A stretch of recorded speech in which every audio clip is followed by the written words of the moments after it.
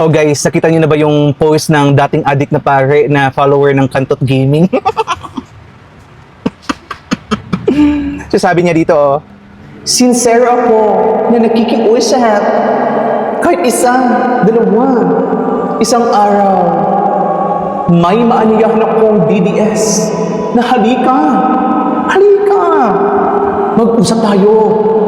Pagnilayan natin yan ay, charot! No father. Ano ba? Anong usap yan? May kasama bang foil? Or kausap? No. As an agnostic, I don't believe in church. I don't believe in your God. Alam niyo ba, factor ng pagiging atheist and agnostic is also a misguidance and misrepresentation ng church sa mga tao.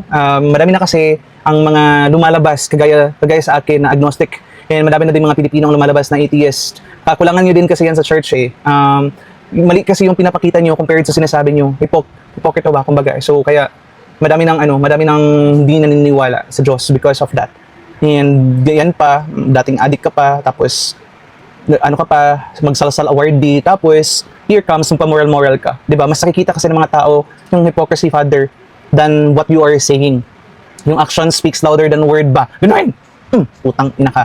Pero no, going back, if someone or a Duterte supporter makipag-usap dito, I'm pretty sure they are not a Duterte supporter, because if may makipag-usap man na Duterte supporter dito sa putang inang pare to, I'm pretty sure they are not a real Duterte supporter, because ayaw ng mga Duterte supporters sa mga taong ganito na kagaya ni Flavi. Ayaw kausap ng mga Duterte supporter, yung mga hipokrito.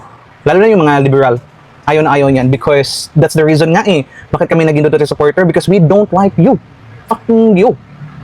We don't support your idealism. We don't support the kind of way, yung morality nyo, yung hypocrisy, yung double standards nyo. Mga putang ina kasi kayo. Isa ka na. Putang ina ka. Kala mo kung kamoral-moral ka magsalita, sa anong mga humuli mo, mga Duterte, kasali ba si Duterte sa Bible? Putang ina ka, fuck you.